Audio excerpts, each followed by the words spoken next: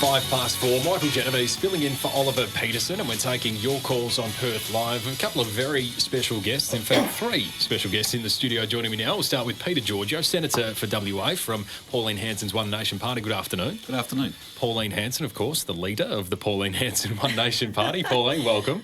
G'day, Michael. Thank you. And, of course, Colin Tinknell, the WA leader of One Nation. Hi, Colin. G'day, Michael. It's a pleasure to be here. All righty. Greetings out of the way. Pauline, let's start with you. How often do you get to WA, and what's the fundraising plan while you're here? Well, actually, I'm over here a few times of the year. I actually try to get over here to WA. Yes, there is a fundraising. Tomorrow it's fish and chips. Fish and chips? Yes, yeah. Gee whiz, where'd that ever come up? Fish and chips. I love it. Yeah, I mean, that's, it's part of your story, isn't it, the whole fish and chips thing? Yeah, of course it is. It's part of your background and where you're from, and there'll be a fish and chips. What is it, a sit-down dinner? It's a fundraiser. It's at Tapas. Listen, Colin, or Peter, please tell everyone where it is and what's happening, because, you know, I've just turned up and I'm actually going to be talking to the public, so I don't think I'm cooking the fish and chips, am I? No, not this time round. Okay. But look, our state executive have organised this too. It's been fantastic, but the response has been incredible. People have talked about, you've changed locations a couple of times. We have, because we never realised how good the response would be. So we've moved the venue, and now it's at the Botanica Bar and Bistro in Innaloo. Scarborough Beach Road there. That's the place. Frequented there a few times. Never had the fish and chips though. If you have, give us a call, 922 118 882. Now, if you've got a serious question for the One Nation team, Pauline Hanson is here, Peter Giorgio as well, and of course Colin Tinknell. As is the Botanica side of things. That's not the $5,000 a head fundraiser for One Nation, is it, or is that something separate? That is something separate. We've got that dinner tonight. So what do you get for five? What would you get for $5,000 for an evening with Pauline Hanson? Well, it's just not myself. It's also the other members of Parliament. It's having an intimate dinner with us and having the opportunity to talk to us about your issues and what you want to discuss with us. One Nation has been very beneficial in getting a lot of things happen on the floor of Parliament, having the balance of power, not only in the federal Parliament but also in the state Parliament here. We've actually been able to listen to people, and we've put their case forward, and we've actually got a lot of things that have happened. What does the $5,000 get you though? Because I understand Scott Morrison was charging $2,000 a head for a night with the Prime Minister to speak policy. So, from a point of view of One Nation, well, he has been going down in the polls. And I have been going up in the polls, so maybe that's got something to do with it. But if people want to, and people have responded to it, so we are going to have that dinner tonight. But look, as I said to people, we don't have the backing like the major political parties or the money that they have. It's very tough for us. So people might think, my God, that's out of the realms. But we've actually now have this other function, $20 a head for fish and chips tomorrow.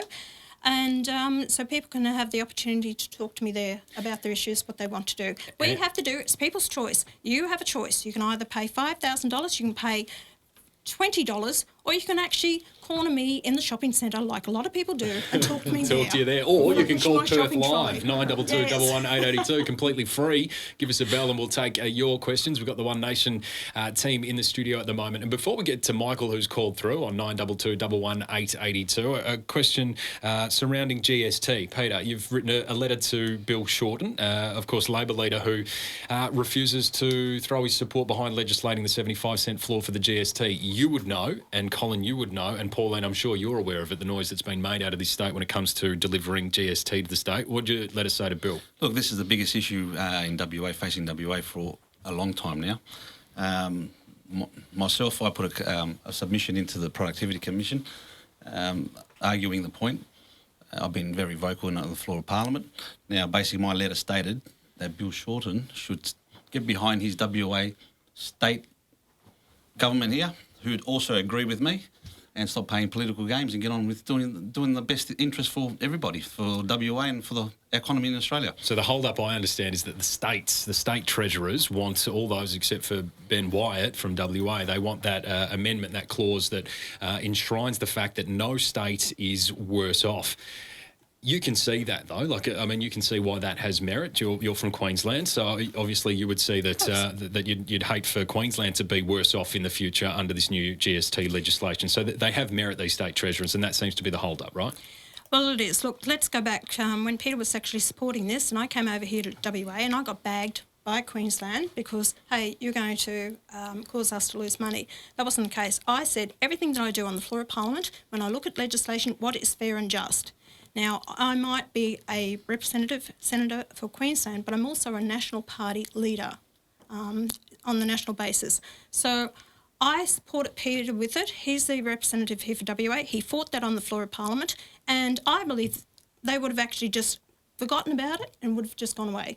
But he's fought for it, and I like where it's at the moment. I think it's fair, and we're going to support it. And they should hurry up and legislate it. That's your position. Yes. We're taking your calls, 922 118 882. Call through now. Michael's done that. Good afternoon, Michael.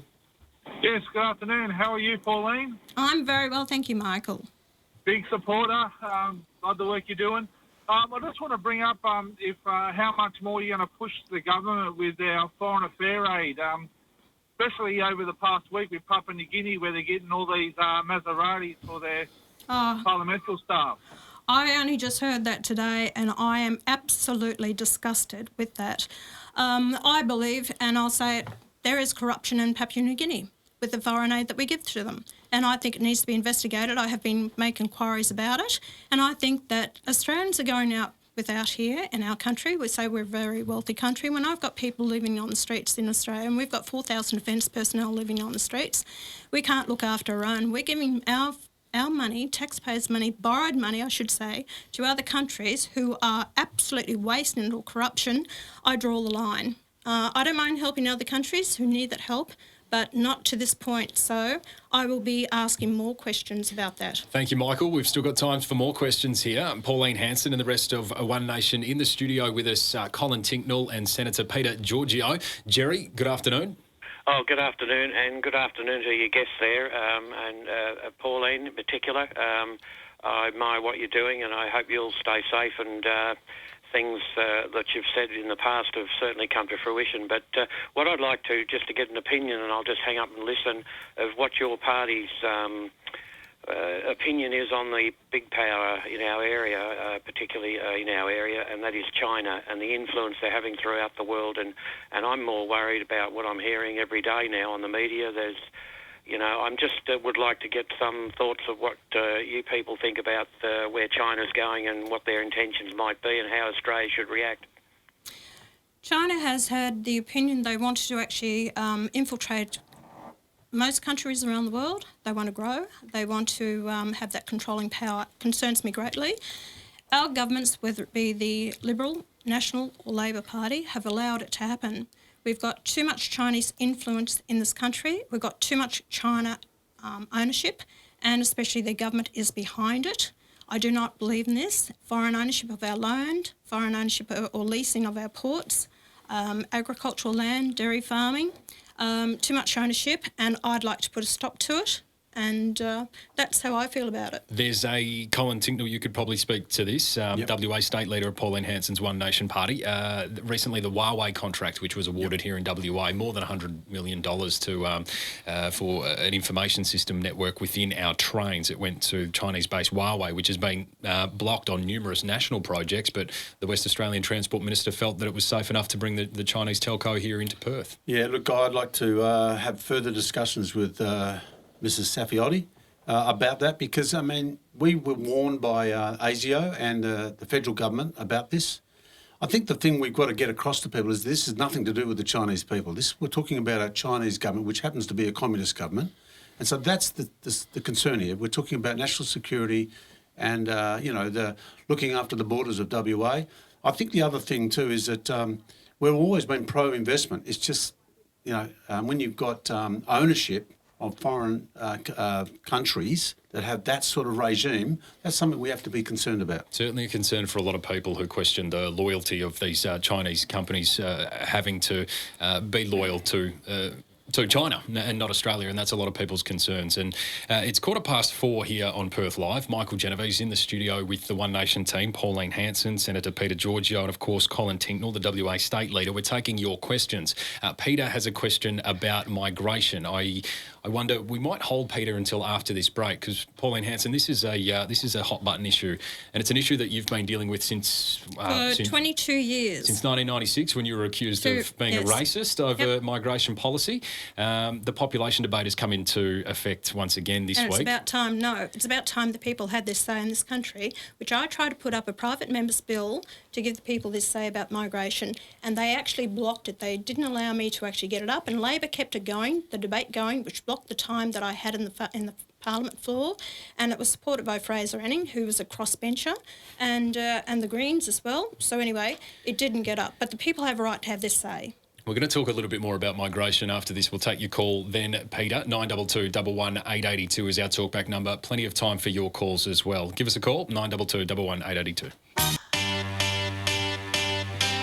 On 882 6PR, this is Michael Genovese for Oliver Peterson. 4:20 this afternoon. Thanks for your company on Perth Live. Michael Genovese filling in for Oliver Peterson, and in the studio taking your calls, we've got Peter Giorgio, Senator for WA, Colin Tinknell, WA State Leader of the One Nation Party, and of course Pauline Hanson, the Leader of One Nation, and we're taking your calls. Good afternoon, Peter.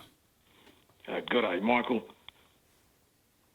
You there, Michael? Yeah, we're all here. Pauline Hanson's here. We're ready for your question, Pete. Yeah, right. I was just going to ask Pauline, in 1996, she said about, Asian migration and we're being swamped by Asians. Is she laid off that issue because it'll be political suicide if she kept that track with the demographics of Australia changed in the last 20 years?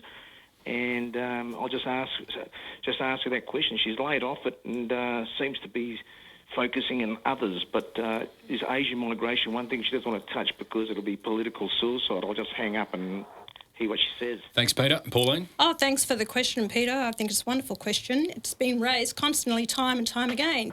Why I said it at the time, we had a 75% family reunion under our migration program. We had a lot of people that were coming out from Asia.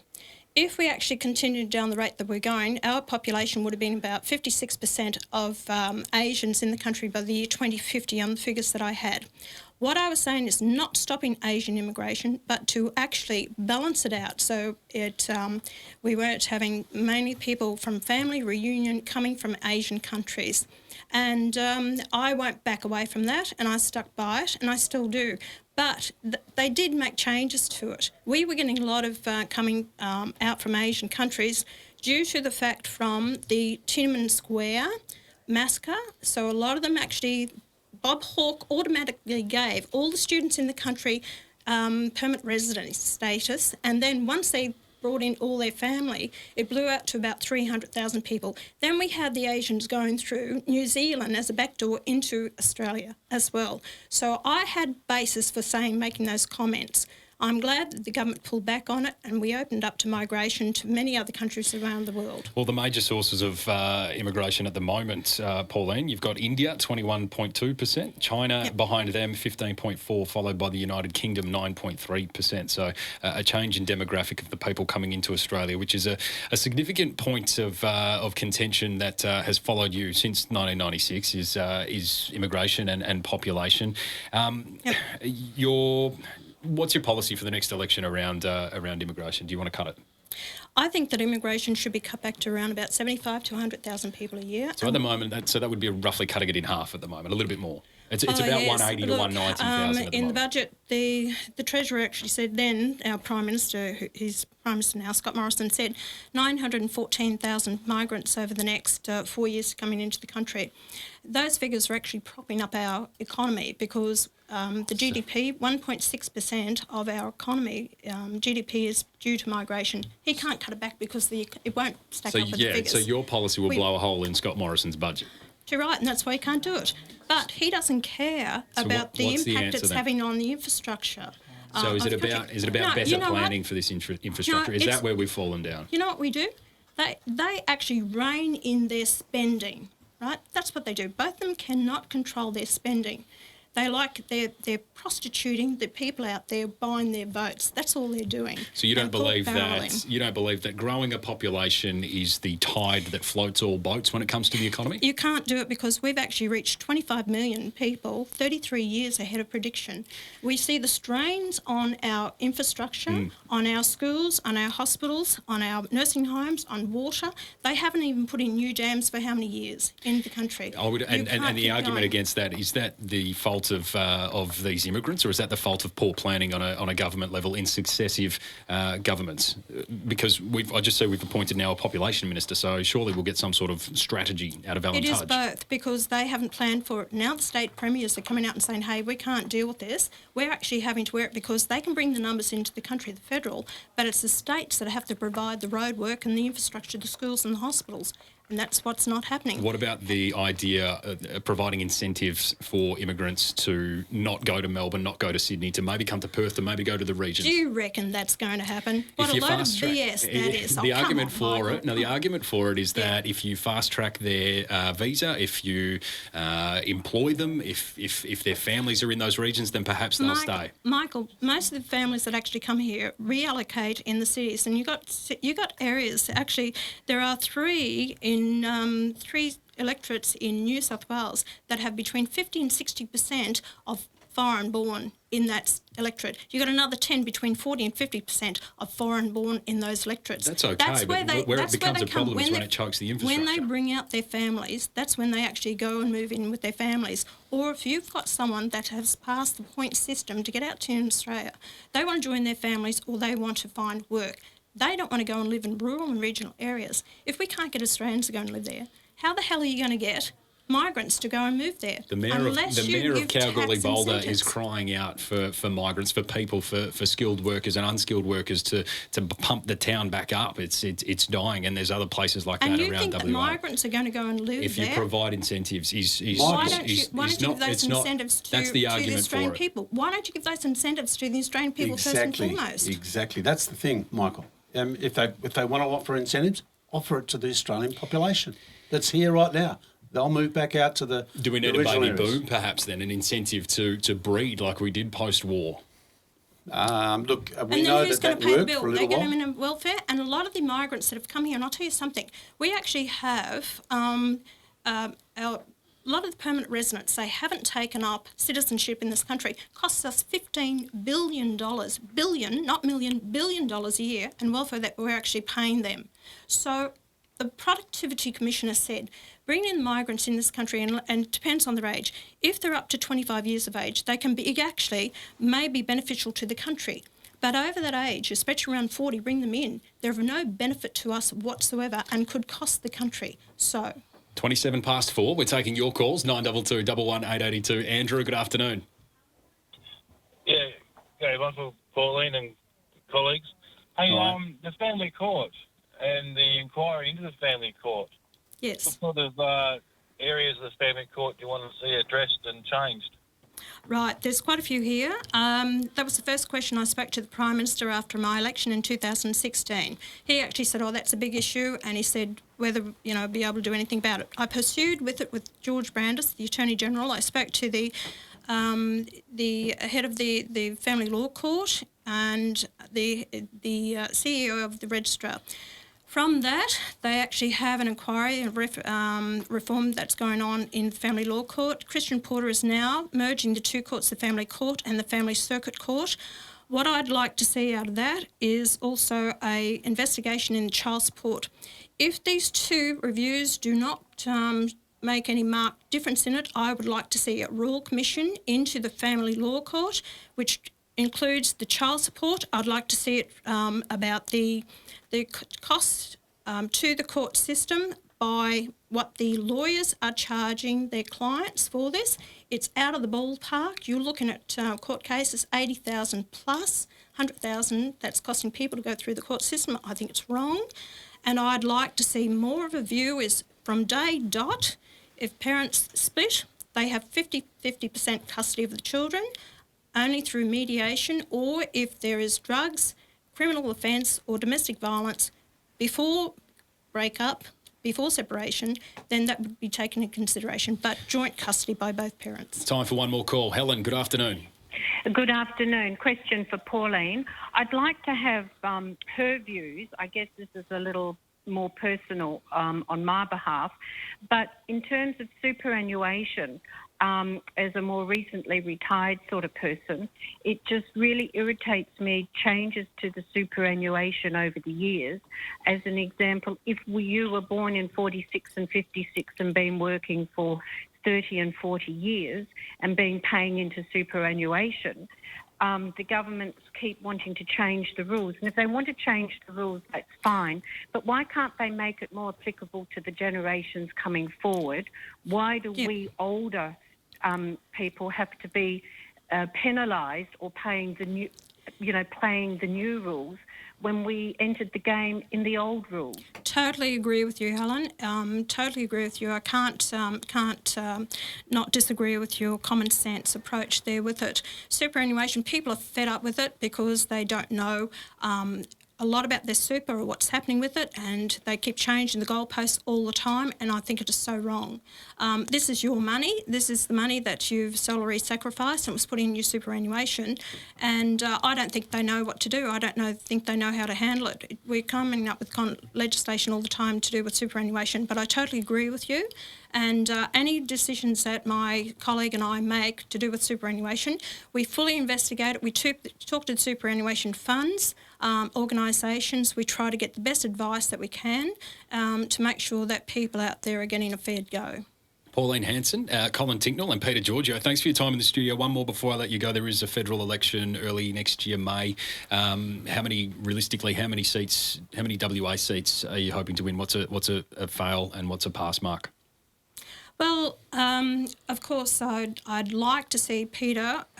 He's actually up for election at the next election, federal election. I'd like to see the people of Western Australia get behind him.